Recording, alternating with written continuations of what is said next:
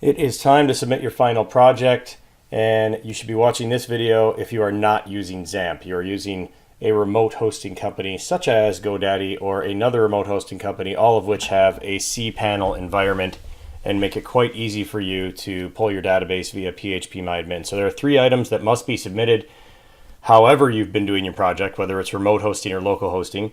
That would be the database, which is the most important, the root directory, zipped up, and then your login credentials. And those don't have to be in a text file. You can put that like in the comment area of the submission box if you want. I want your WordPress login credentials that you use when you go to wp-admin or wp-login.php. I want those credentials, not your GoDaddy credentials, obviously. So this video is for GoDaddy users and or anybody else with a cPanel. It should be very similar to the way GoDaddy looks. You just have to know how to get to your cPanel, which is step number 1, which is fairly intuitive with most companies. I'm going to show you how to get to your cPanel in GoDaddy and get to PHP MyAdmin. So that's step number 1. So here's GoDaddy. I'm assuming you know your login credentials for GoDaddy. So you're going to go sign in. Okay, sign in to GoDaddy. Sign in. I'm at GoDaddy.com. I'm going to put my credentials in. I'm going to be going fairly quickly here because there's no reason to take my time with this. You can always slow down my videos or pause them and rewatch them. So I'm just going to get through the process. And if you need to rewatch it, just rewind it a little bit. So here we are. Now I have a lot more domains than you're probably going to have. You're probably going to have one domain. It's probably not going to take up much space like this. You should see web hosting somewhere in this general area. Now, if you chose the wrong type of hosting and you didn't follow the instructions we went through in class and you ended up going with WordPress hosting, there is still a way to get your database out of there. I wanted to mention that in here, but that's not what this video is demonstrating. And very likely, most of you have not made that mistake. You were not to choose WordPress hosting, you were to choose Linux hosting with cPanel. So if you did, you should see this here. You should be able to click Manage All. Okay, so click in there. Okay, now this might be a little bit different when you get in here for you guys because you may have, that may take you right to the next screen I'm about to get to because I've had different versions of hosting, so it used to list them here. But if you do get to a screen like this, you got to click to here. Just keep clicking into your hosting, wherever it says hosting, until you get here and you see this blue button. You have to get to the cPanel. That's what you need to do. So click on cPanel. Now I'm in the cPanel. So you should be able to get there fairly easily. It should look almost the same as mine, unless my account is slightly different. I'm doing this in December 2018. They don't change it that often. Once you get to the cPanel, should look like this. Okay, you have all these options here. You are going to go down to PHP MyAdmin. We're going to get the database first. This is the number 1 thing you have to submit. PHP MyAdmin, click on it.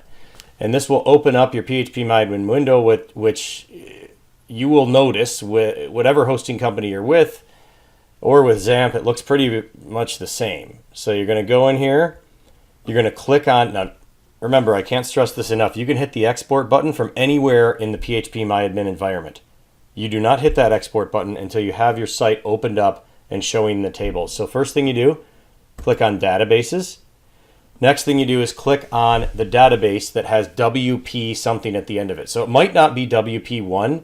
If you've had to make your site and then get rid of it and make it again, it might be a different number, but most of you should just have information schema and one WordPress database. Obviously, for my demonstration of this, I have a lot more because I have a lot more sites and domains.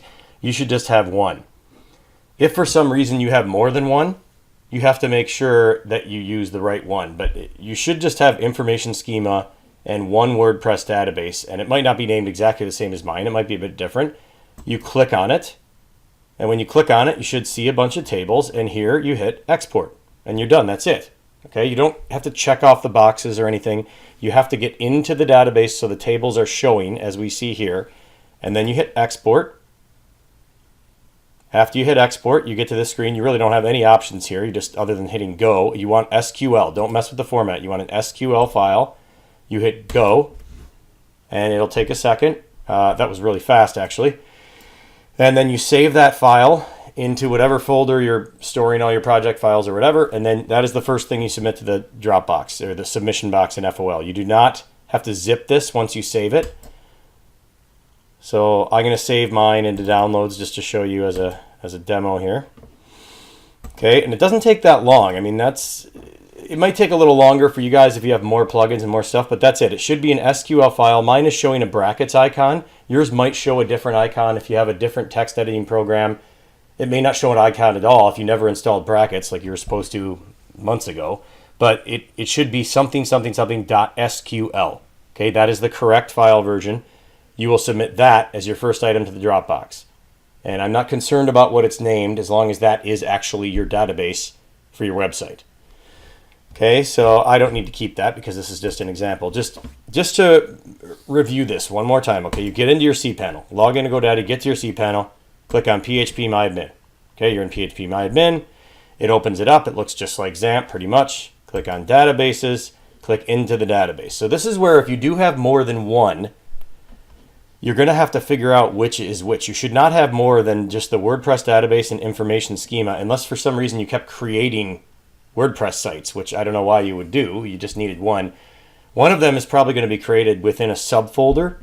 So to make sure you're in the right one, if you happen to have more than one, what you can do is you can open up the database and go to WP Options.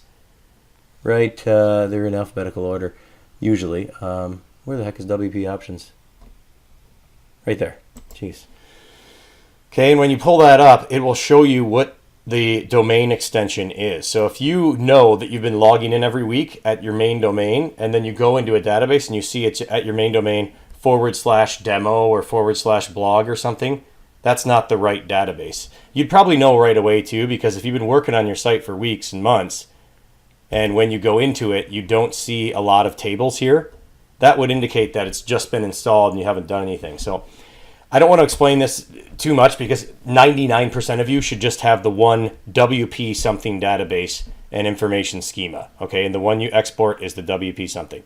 Okay, so once you're done with that and you've exported it, you can close up PHP MyAdmin, go right back here to cPanel, and go to File Manager. So File Manager is where you can access all the files that are in your main HTML folder. So mine always defaults to go to public.html.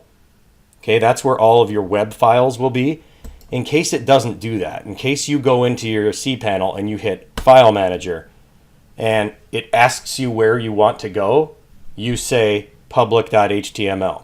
Okay, so once you get in there, again, my root directory of web files is not the best to demonstrate this because I have like 15 different websites in here, but I'll go into one and show you an example. So here's one that I did for my brother last year. So let's say this is your root directory. When you go in there, you should see admin content includes, among some other files that GoDaddy may have put in there, but you shouldn't have to access a subfolder. You should, as soon as you get into public.html, assuming you haven't made multiple websites, all you have to do is zip up the whole thing. Okay, so it's really simple. So you get into public.html, you select all files, even if there's some extra stuff in there, select them all, go over here, where'd it go? Compress. It depends on your resolution. It might be moving that around, like if you're, it might be over here if you don't have as big of a screen. So mine's over here. I'm going to hit compress. And when I do this, I'm going to choose zip. Okay, when I choose zip, it's going to take everything in that folder, zip it up. So compress it. Now, as soon as this is done, it will tell you that it's done, but it's not actually going to show up until you refresh the screen. And I don't believe there actually is a refresh in here. Yeah, there isn't. So once it's done, and it may take this long. There, mine's done now. Okay, so I'm going to close this up. Now it's going to zip it up, and whatever the name of the very top thing I highlighted is, that's what it's going to name the zip. And just like the SQL file, I don't care what the name is, as long as you've given me the right stuff. So you don't have to change the name. But you can see I don't have any new zips in here. I just have this Photoshop lecture thing, but that was already in there. And that's not part of my website, but it's okay if you have a few loose files in there that GoDaddy has put in there or something. I just need to see that you have all of your imagery and all that stuff. That's why, I mean, I may or may not even need to go into the root directory. I just need to see that you did zip it. It's part of your requirements to submit. So I have to refresh this now. So I'm going to hit refresh. Now, when I hit refresh, of course, it takes me back to the main folder. You should just be able to hit refresh and you should be in the same spot.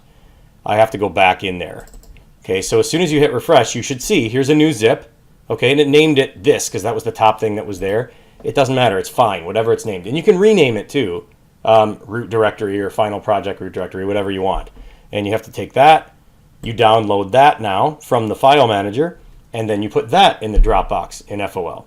Okay, so this has to be done by 11:59 p.m. or whatever time. It may not be 11:59 p.m. Whatever time it is that your professor has given you as your precise deadline, these two things must be in there. Okay, so SQL database, zipped up root directory, and then in case we need to, because the way we're grading this is pre-grading before your appointment time, we will take that database and open it up in a program that we use that breaks up all the content into sections so we can actually read it naturally. And I've already gone through your content because that's the most time-consuming component in the grade breakdown is your content. Okay, so I've already gone through it. That's why I need that. I may not need to use this, but I'm still going to open it up and look at it and make sure you submitted it correctly, because that will be point deductions if you don't. Okay, and then your login credentials, which again I may or may not need because I might not have to install your site if I'm just reviewing content. I want those in the comment area, or you can just put them in a text file. So if you're in GoDaddy, that is how you do it, and it's just those two items. Once you download them, put them in the Dropbox, you're good. So do not save this until, like, if it's due at 5 p.m., don't wait until 4:56. If it's due at 11:59, do not wait until 11:55. This may take a minute if you have a lot of large imagery in your site. It might take 5 minutes for it to zip up, but you wait, you sit there and wait, and when it's done, it's done. Okay, it's a simple process, and then you're submitted. And as far as what I'm expecting, again, you just keep going back to that big table, shows you everything that I'm breaking down in the rubric. That's what I'm looking for. Okay, you might want to review that before you submit, but that's how you submit with GoDaddy. You get those three things to me, you are good to go. Get it turned in on time, people. There is no late box. If you're late, you just show up at your appointment and you accept the deduction for being late.